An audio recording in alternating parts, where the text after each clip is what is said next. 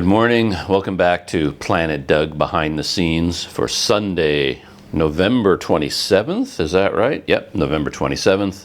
It's just about 8 o'clock in the morning, and this is the day of potential buyer's remorse. This is buyer's remorse day because yesterday was the big day in which I traded in all of my old camera lenses and camera gear for cash. And then I spent some of that new cash on two items. I showed those in the previous video. The Insta360 X3, the 360 camera, which is the new version of the X2, which I used to have, and the Rode Wireless Go 2 microphone set.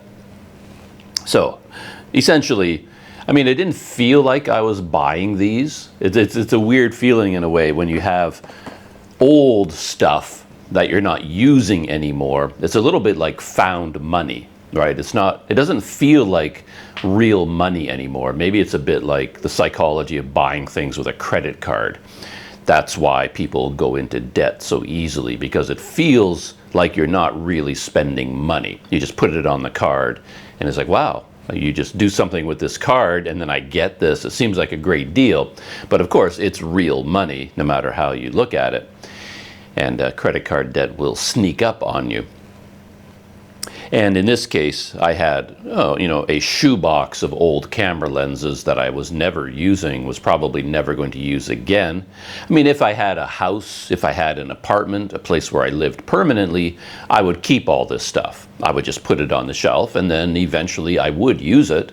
Who knows, I may end up having a big use for this stuff. But if you have to carry everything around in a backpack, then you can't keep everything. So I have all these lenses that are dead weight. I bring them to the camera store and it's almost like free money or found money. I mean, these lenses are worth nothing to me, and now this camera store is giving me money for them. So it doesn't feel like real money. So when I buy something like this with that money, it's very easy to do at the time. But of course, that was real money. I actually had the cash in my hands. I could have just kept it. I didn't have to buy this stuff. So I spent real money, whether it felt like it or not. And of course, the next day, there's always the risk of buyer's remorse. I've been the victim of buyer's remorse many times in my life. Well, not the victim of it, I suffer from it. I inflict buyer's remorse on myself. In this case, however, no, there isn't any. There's no buyer's remorse at all. I'm very happy with what I did yesterday. And I thought I'd talk about that a little bit. I opened up the Insta360 X3 on camera. I just opened it up and I showed the camera. I showed the camera on camera briefly, but I didn't go into it in detail. I didn't even set it up or look too closely at anything. But of course, I did that last night, and I thought I would record a few behind-the-scenes thoughts about that right now. So first of all, yeah, no buyer's remorse. I'm very happy that I got this for many reasons. The biggest reason and the main advantage of this camera, the X3 over the X2, is the large touchscreen on the front. I think they say it's 3.2 inches diagonally, I think. So it's a big, big screen, particularly when you compare it to the X2. Because the biggest problem with the X2 was the screen. And the screen on the X2 was small and round, which is not only weird, but it was also awkward. You couldn't really see anything on it because it was too small. Like for reviewing video or composing what you're aiming the camera at, it was kind of useless. And it wasn't that responsive in terms of accessing the menu items. So you had to swipe left, swipe down, right. You had to do all the swiping business. And it was just a really awkward camera to use from that point of view. And this screen changes it. It's like night and day. And I figured that out when I was doing the setup. because, you know, you have to set up the camera the first time you use it. You've got to download the app to your phone, and then you've got to connect the camera to your phone, update the firmware, enter in all the settings. You've got to do all that, and all that has to be done with the screen. And with the X2, that was very it was awkward because it was such a weird screen. But with this, it was so easy and straightforward, at least in terms of the screen. I won't go into the details, but the actual setup, boy, that was tough. I can't even tell the story because I don't even know what happened. But when I already had the Insta360 app installed on my phone, of course, because I was using it with the X2. So all I wanted to do was connect the X3 to that app and then go from there. You know, you have to basically, you have to turn on the camera. You have to activate it. That's the word I'm looking for. You have to activate the camera through the app. Otherwise, it will never work. I mean, you have no choice. You have to do that. So you basically have to connect it to the app, which activates the camera, essentially turns it on, and then you download the latest firmware and go through all the installation steps. And right out of the gate, nothing would work. I didn't understand any of the language. There's all this weird language to do with the Wi-Fi and Bluetooth connection between this and that, and it keeps telling me things. And it says, there's this weird message. I wish I remembered what it was. I get the same weird message all the time. I got it with the X2, and now I'm getting it with the X3. That says there's some sort of a weird Wi-Fi setting on my phone that I have to change.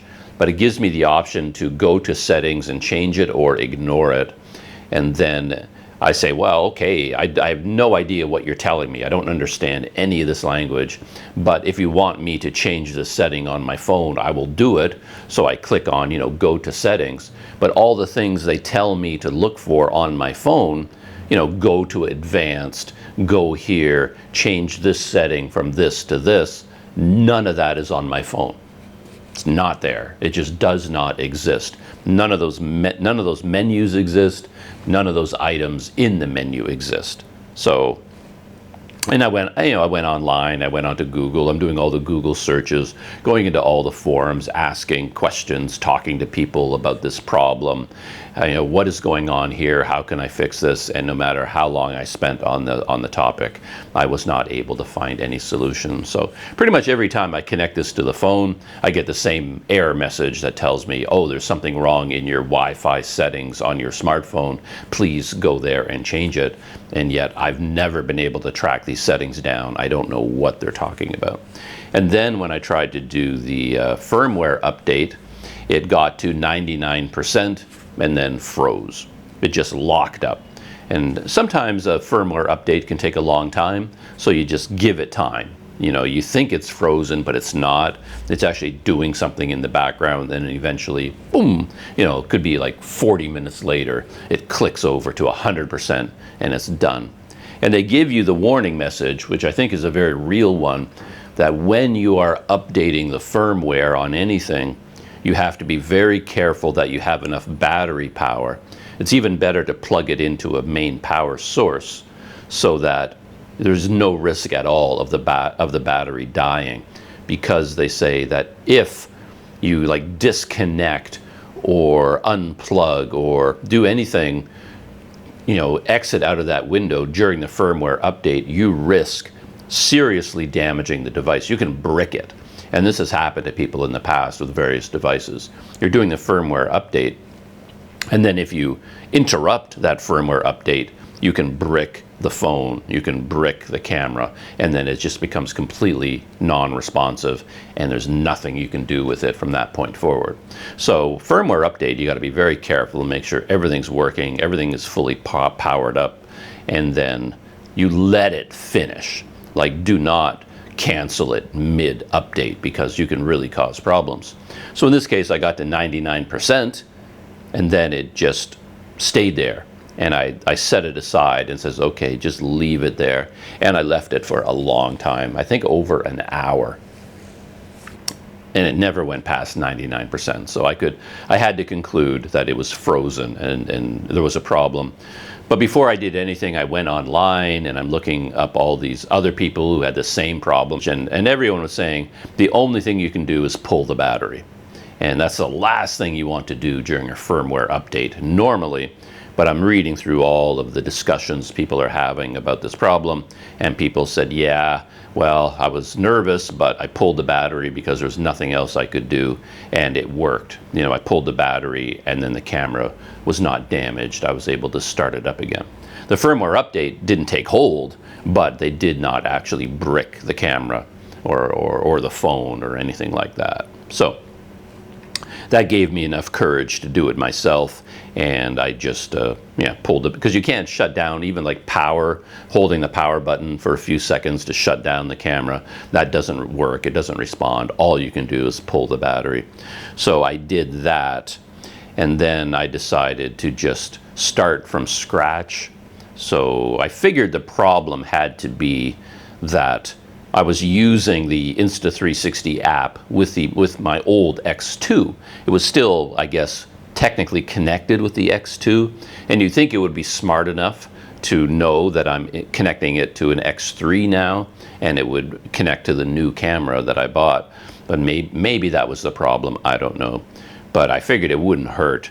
I basically just deleted the app, removed it from my phone completely, downloaded a fresh copy, started all over again, with the whole thing, did the firmware update, got to 99%, froze again. It still wouldn't work, and there was nothing I could do except pull the battery. I went around and around and around, checked everything I could check, I did everything I could think of. I saw nothing that I was able to change. There was nothing I could do differently. So I thought, well, let's do it one more time. I did it a third time, and for whatever reason, this time the firmware update worked. And I was able to get through the process and start using the camera. So yeah, that took a long time, and I was pretty exhausted by the end of it. And then I had a chance to go over the camera in depth, tested everything out, everything was working fine. The biggest change I already talked about, the big screen on the front. I'm very happy with that. They moved all the buttons around, and I'm not entirely thrilled with the design that they came up with. In particular, the record button. I don't have the X2 anymore, so I can't compare them, but the X2 had a nice, big, obvious, easy to find sort of record button. Like, there it is, you press on the record button. But what they've done now is they put two very small buttons on the front down here at the bottom. One of them changes the lens, basically. So you can go from 360 mode to single lens mode, and then switch from one side to the other, and then back to 360. This cycles through the various lenses, I think. And then the other button on the left is the record button, which records video or takes a picture, one or the other. So that's now the most important button, this one here. But it's so small and just sort of, it looks insignificant. It doesn't look like, I mean, I want the record button to be in the middle, and I want it to be big, and I want it to be red. I just want a big, bright red record button, easy to press. And this one off on the left here, this tiny little thing, it's weird. It's just a weird design. But it's not a deal breaker. They added a new button on the side here, which is has a Q on it, which opens up. I thought it was going to be a quick menu. That's what they call it, I think, even quick menu. And I thought, oh, that's going to be pretty handy. Instead of swiping all the time, you can just push the button and pop open a quick menu. Maybe you can even customize the menu to, just include the menu items that you use all the time, move them to the top or something. But it turns out that's not what it is. It is a place where you can put custom presets, which I guess is a great idea, and a lot of people like these. But for me, I find I don't use them. My GoPro has custom presets, and in theory, it makes your life a lot easier. You don't have to change the settings every time. if you want to go from shooting this type of video to shooting a slow-mo video to shooting a time-lapse, you can, or shooting outdoors in bright sunlight to shooting indoors in dim lighting, you create a preset for every one of those different conditions and shooting modes, and then you can just jump from preset to preset to preset, which in theory is faster and more efficient. And I believe that, and every time I set up all these presets carefully, but then I never use them. On the GoPro in particular, I don't know why, I just don't use them. I don't find it a problem to change the settings. So in fact, I prefer the old style. Like the Hero 7 didn't have presets. You basically had your settings, and that's all you had. And then if I wanted to change something, I go into the settings and I change it. And it just seems very logical one step to me. But with the GoPro now, it has all these presets and you have to use them. You're forced to use them. You don't have a choice. So even if I want to change the settings, I can't, because the GoPro doesn't have settings anymore. If you follow me, it has presets. All the settings are in the presets. So if I'm using the GoPro and then I want to change something, I have to choose one of the presets, open that up, edit that preset to make the change the settings in that preset, close it, and then use that preset to get the new settings that I want. So it's got two stages now. I have to choose the preset and open the preset and edit the preset, and then I don't really remember which preset I've made the changes in.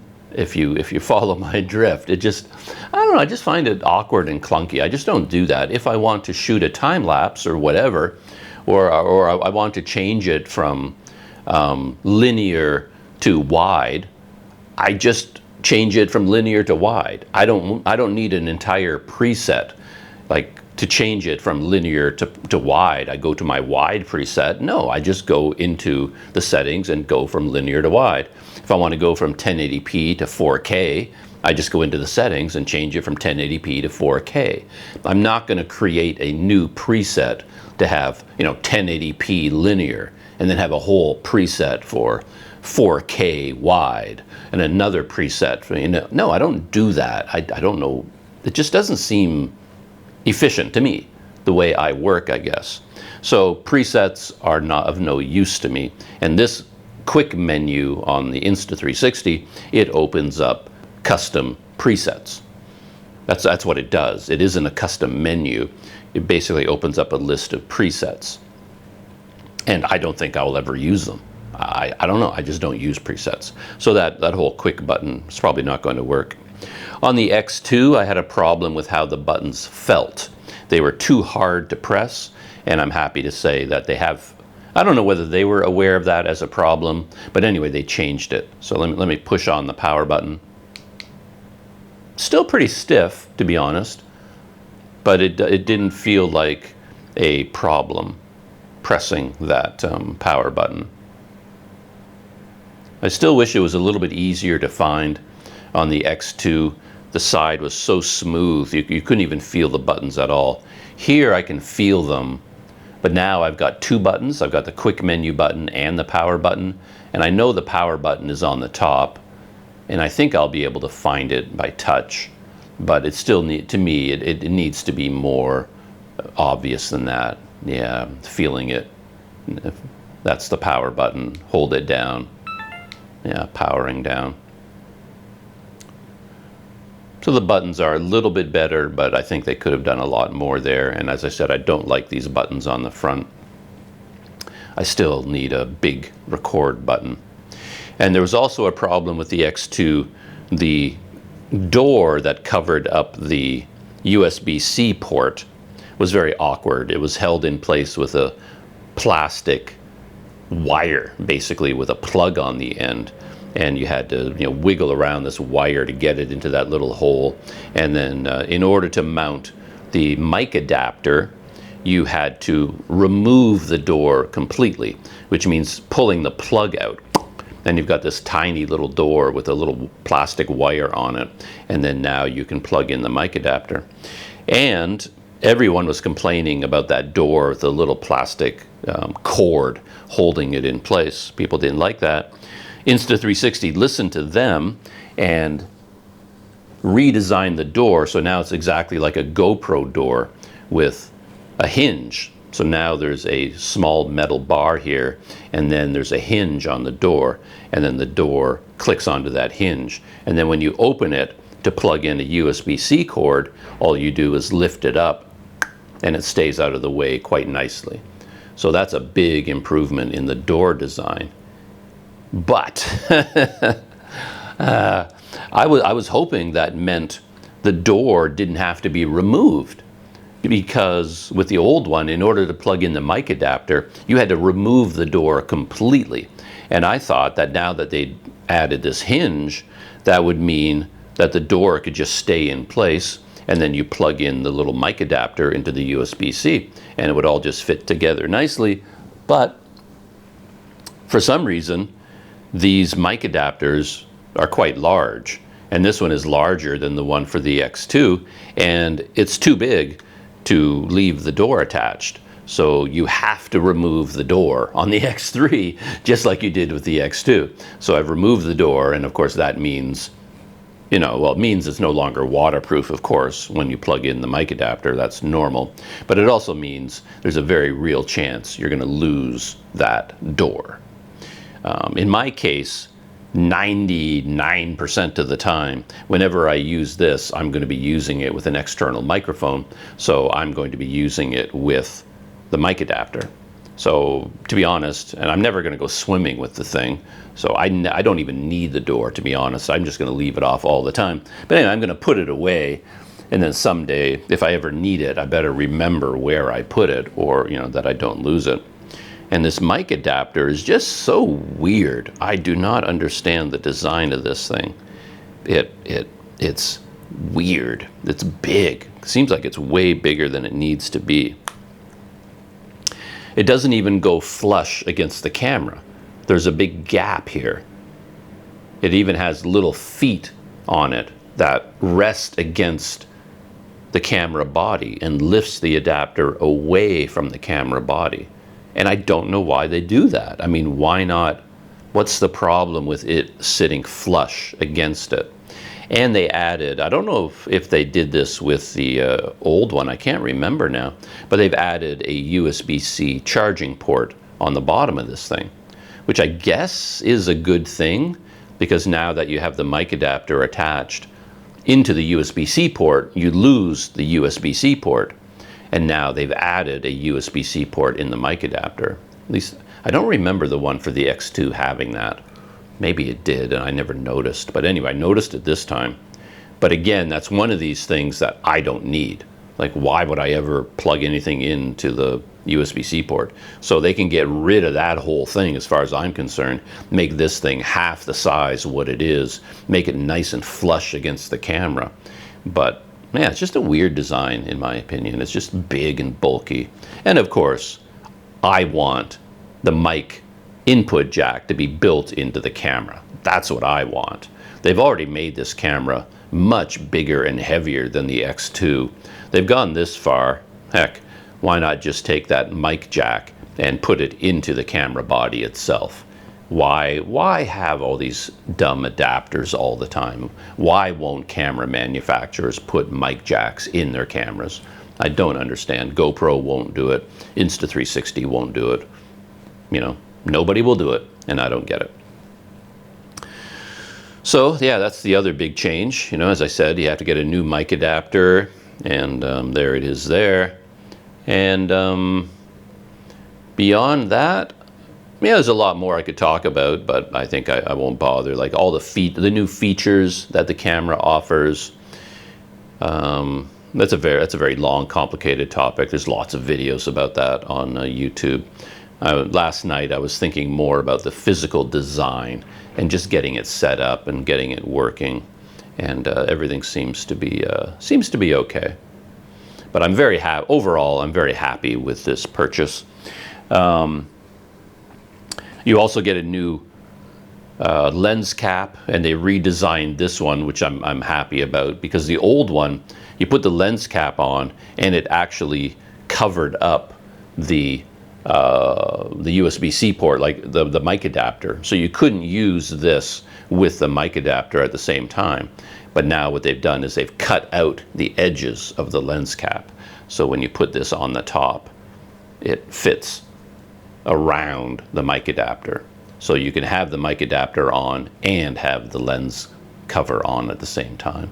So that was, I mean, in a way, I was going to say, well, that's a very clever design correction they made. But to be honest, the original lens cap was just poorly designed because, it just, the two pieces conflicted.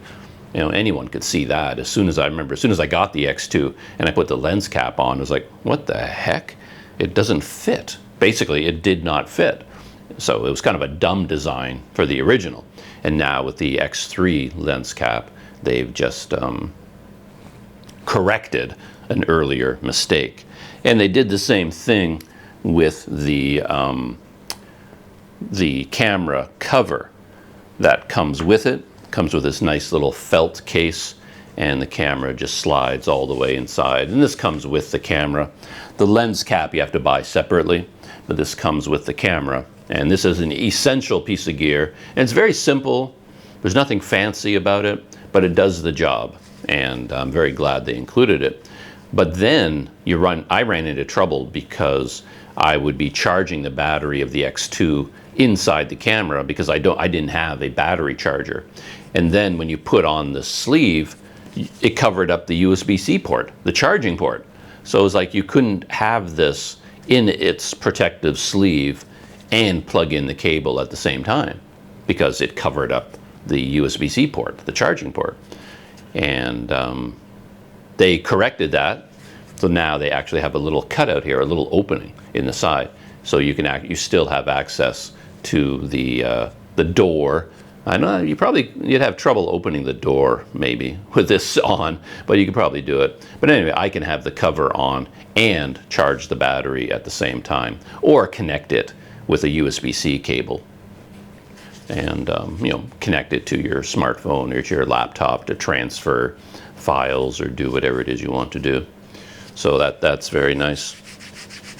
And last night I also charged up all the batteries using the new charging hub that I bought. And when I took it out of the box, I remarked that I was surprised at how heavy it was.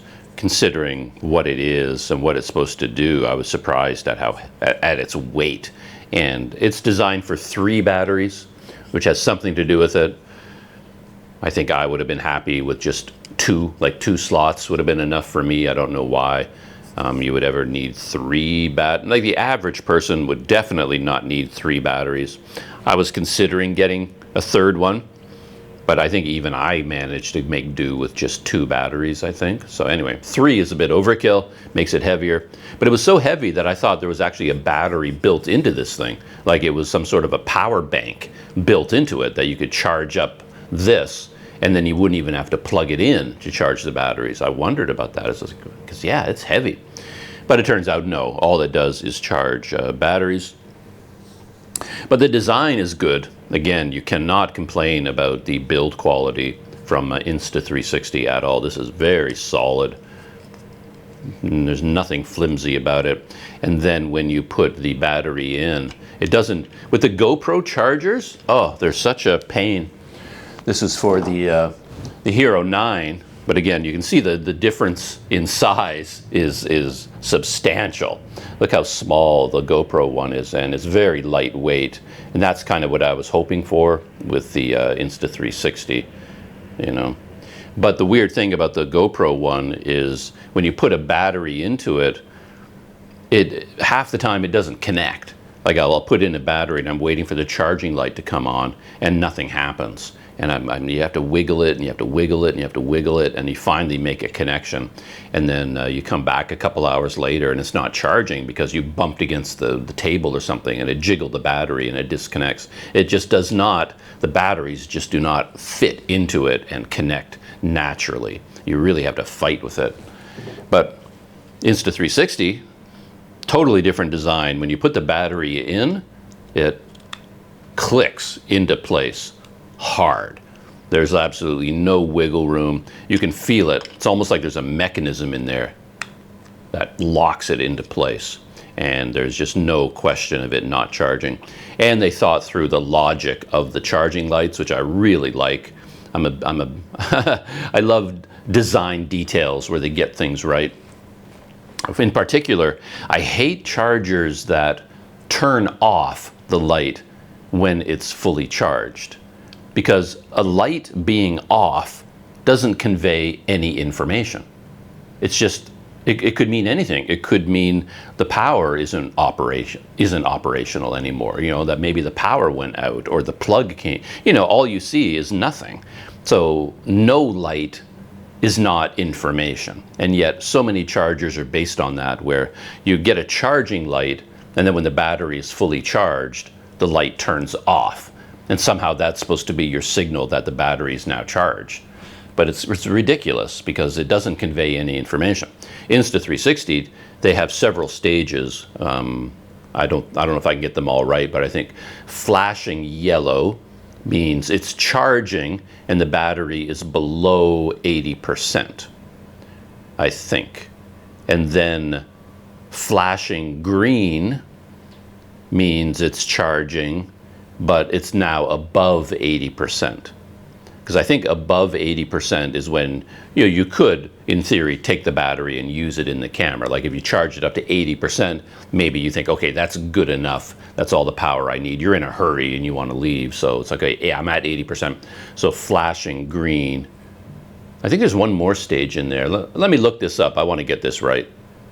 I'm glad I looked this up because it's actually better than I remembered. It's more sophisticated than what I was describing. It has 3 colors, red, yellow, and green. Flashing red means there's been a malfunction. So yeah, that makes sense.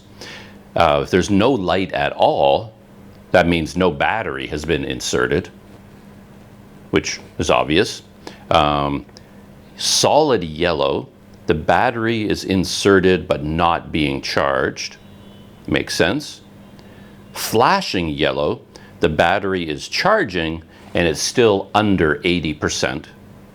Flashing green, the battery is charging and it is now above 80%.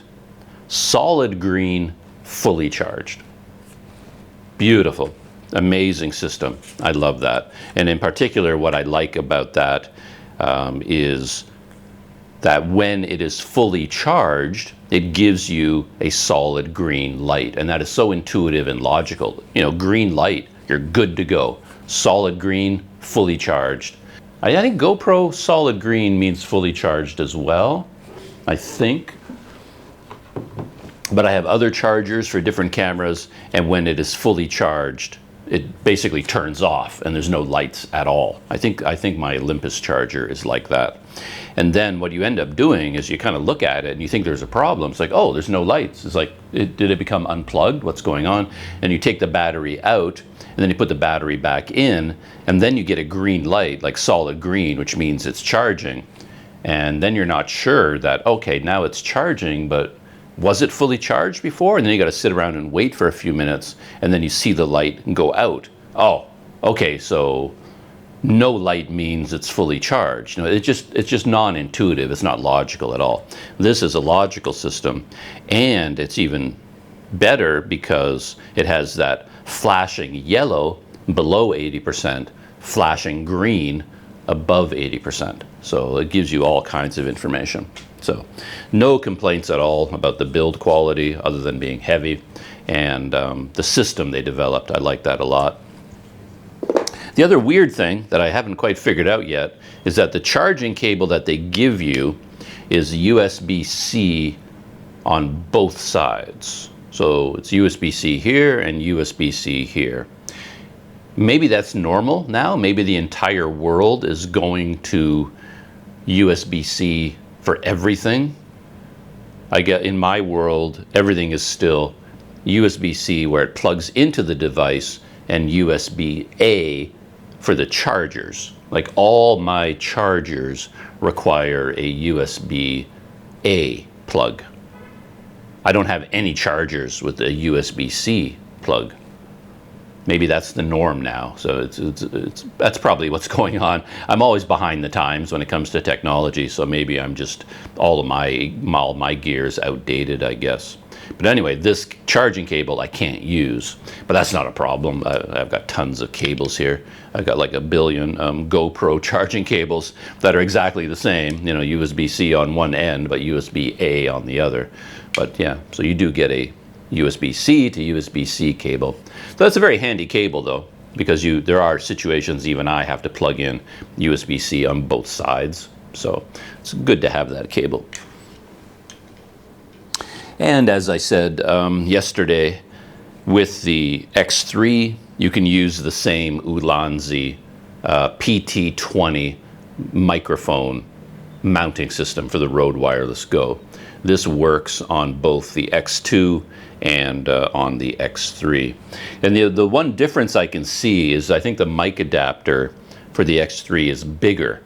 So you get this cable that comes with the Ulanzi thing in order to plug in your Rode Wireless Go, and on the X3 it's pulled quite tight, so it just barely reaches. I mean, just makes it from the adapter to the microphone, you know, just barely fits in.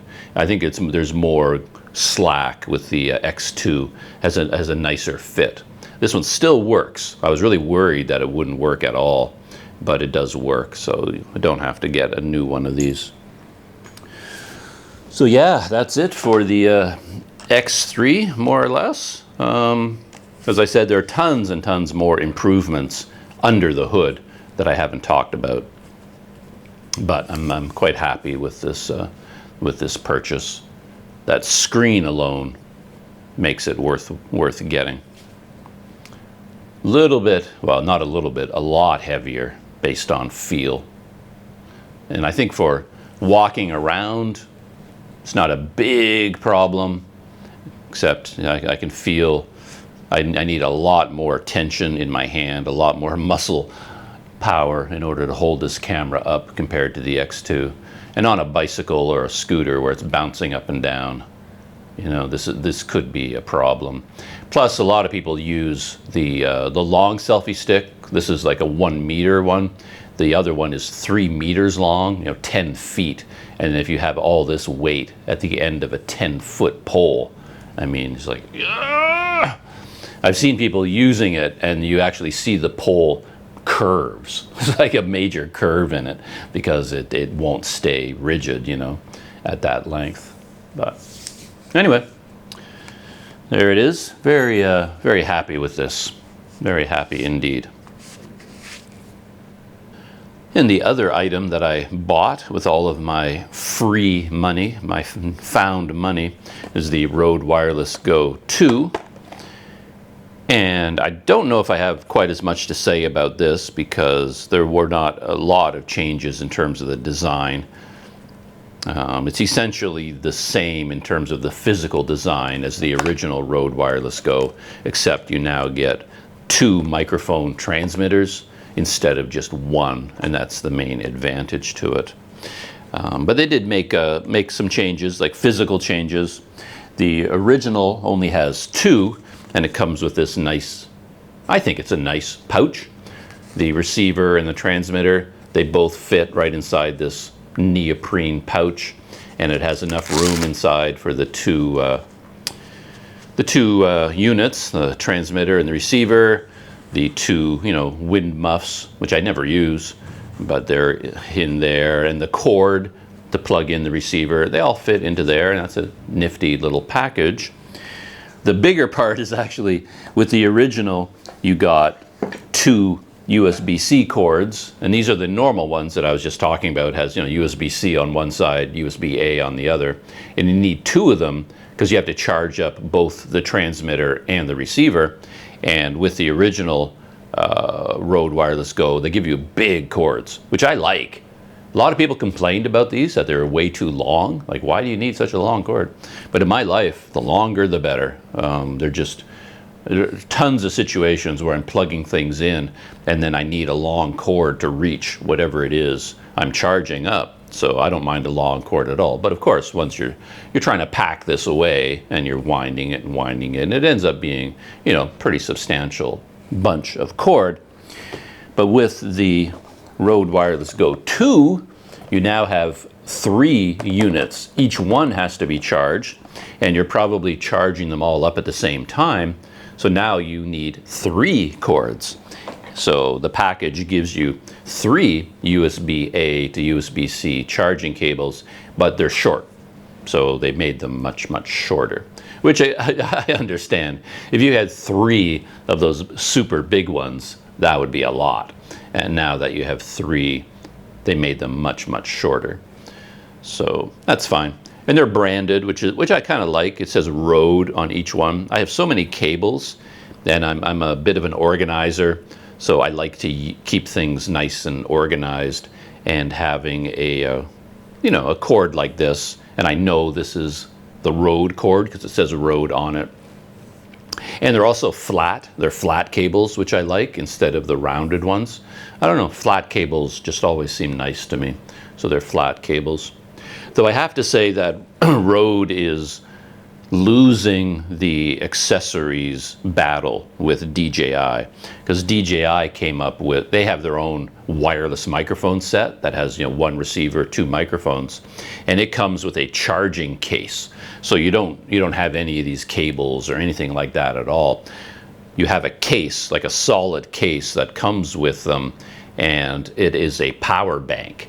And then you basically open the lid of the case and you put your receiver and your 2 microphones inside the case, close the lid, and they charge up while they're inside the case. And it's a very neat, nifty package. You don't have to worry about all these cords. You don't have to, you know, you need, now I need 3 USB-A ports, you know, in order to charge up all 3 at the same time. You know, you need not just 3 cables, you need 3 charging ports. And not many people, you know, I do, but not many people have that many available.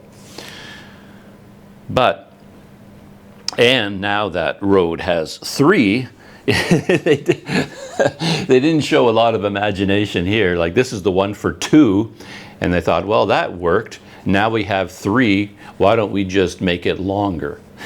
So now they give you this hot dog shaped case to put your 3 units inside instead of 2. And this really is, it's a mess. I mean, okay, I get it. You know, they fit in there, but the case is not even segmented. Like, you're putting 3 of these very expensive units in here side by side, but really it's just an open hole. You know, it's like a big open envelope, basically, and there's no organization. So what I'll probably do is I'll do some sewing, because I'll want to have a separate compartment for each one, because the way it is now, they all just kind of bounce around inside there and they bump into each other. And if you open this thing up, they're all just sort of in a, it's just basically a plastic, it's a neoprene bag is what it is. So that it's just, for something this elegant and this beautiful, you know, this kind of powerful wireless microphone, you kind of want something nicer than this to house them. And I think maybe what I can do is take this, you know, long, thin thing and divide it into 3 sections. You know, easily done. You know, you just sew it together here so that there's one spot for that one, and then sew it up there, and then make 3 separate pockets, basically. It's not great, but at least have 3 individual pockets where each one can go into. That would be nice. And now, because it's long like this, it doesn't fit inside my camera bag anymore. You know, the little things like that, you know, can make life complicated. This is my normal camera kit. This is what goes with me everywhere. And my old Rode Wireless Go microphone bag, you know, just, you know, boop, fits nicely in there. The X3 camera fits in there, GoPro fits in there, everything fits in there quite nicely. But now I've got this weird elongated bag, which is too long for the case. It doesn't fit in anymore. You know, so To be honest, I may just come up with my own carrying case for this, for the new Rode Wireless Go 2. To me, this I don't know. Yeah, I may end up using it, but this could be improved upon. And then when you compare that to the DJI system, where they have, you know, they have all three units as well, you know, 2 microphones, 1 transmitter, but they all fit inside a solid case that also charges them up at the same time. You know, I can see a lot of people going to the store and buying the DJI over the Rode just because of the design of the case. Though, to be honest, I'm not a big fan of charging cases. That's all the rage now. A lot of electronics you buy come with a power bank built into the case. I don't actually like that in theory, you know, on principle. I like to have control of it. For example, maybe your microphone transmitters, they're down to 50% of battery power, and you know you're not going to need 100% next time. So, you know, maybe, or call it 70%. You know, I use these for a little while. I use 30% of the battery. I don't need to charge them up because I know I have 70% left. So, you know, I just put them away, and then I just keep using them until the battery has been fully drained, and then I charge them up to 100% again. I'm in control of the charging. I decide when I plug it in and charge them up. And when I put them in the case, I can decide to put them in with 50% charge or 70% charge or 20%, 100%, whatever I want to do. But with the DJI system, with a power bank, you have no choice. Every time you put the battery in there, it charges back up to 100%. The case automatically charges it, and there's nothing you can do about that. And I don't like it when control is taken away from the user. I like all the control to stay with the user. So, to be honest, as much as I'm praising that DJI case, for me, I like the Rode system better. I'd much rather have charging cables. Yeah, I just do. That's how I like to do things. Just keep everything compartmentalized so that you keep control over every stage of the process. There's a definite learning curve coming with this new Rode, and I think I'm going to be doing that today. I'm going to be diving. I went into it a little bit. I downloaded the Rode app, which you need for certain features. But one big advantage of the Rode Wireless 2 Go over the original is that you now can record audio in the microphone itself as a backup. So the old one basically sends a signal to the camera, to the receiver, and it gets recorded inside the camera along with the video, and that's it. The new system does that, but then it also saves a backup, a copy of all that audio in the microphone itself. It has memory built into it. So, and that's a feature, has different settings that you can turn on or off and use in different ways. And the way you set that up is using the Rode app, either on a laptop or on a smartphone. So there's a learning curve there. And then when you turn on the receiver, it's much more complex than the receiver of the original Rode Wireless Go, because now you've got, you know, 2 microphones plus this ability to record backups, and then you get a lot more information on this tiny screen, and then you've got more buttons, and you have to learn. There's a learning curve involved. You got to do some studying and figure out how to use this properly. Because one thing I want to be able to figure out is I don't really need audio as a backup. You know, people are making a big deal out of that feature, but I don't even know if I'd ever use it because I don't usually have trouble with it. My old Rode Wireless Go, which I'm using right now, I'm using my original, it just works. It works all the time. I never have a problem with it. If you are a professional shooting some sort of Avatar 2, Avatar 3, you're working with James Cameron or something, I don't know. And then the wireless signal gets interrupted or something, and there's like a half a second dropout in the audio, or there's a little click sound or something, that, of course, for Avatar 2, that whole thing would have to be reshot, because you can't have an audio glitch in a, a mainstream movie. But for a YouTube video, who cares? If the audio drops off for a quarter of a second or half a second, it's not like I'm going to care about that. If there's a little glitch, if I'm wearing the microphone here and then I turn around and the signal gets cut off because I no longer have line of sight with the camera and the audio disappears for a second or a second and a half, I'm just going to cut out that part of the video. It's not a big deal to me. I don't need 100% backup of all the audio of every video I shoot.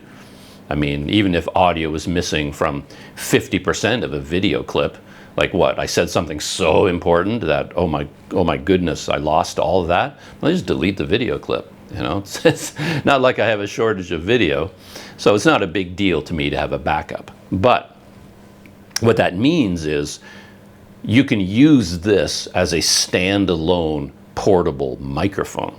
You don't even need a camera to use it, if you see what I'm saying. This is basically a microphone. It's like a portable microphone system. I can't think of the word for it. But anyway, you can buy these things like a Zoom H1N, which is an audio recorder, which is like a all-in-one unit. And that is basically what this is. I don't need to even attach these to a camera. If I want to record like voiceover or an audio track or something, I just turn these on and I have audio being recorded right in the microphone itself. And I'm just talking away into the microphone, and it's all being recorded in the microphone. Yeah, but I don't know how that works yet. I have to figure that out. So anyway, that's where my thoughts are today in terms of all of my technology adventures from yesterday, and that is what I woke up thinking about behind the scenes. And time to shut down. And as always, I'll see you in the next video.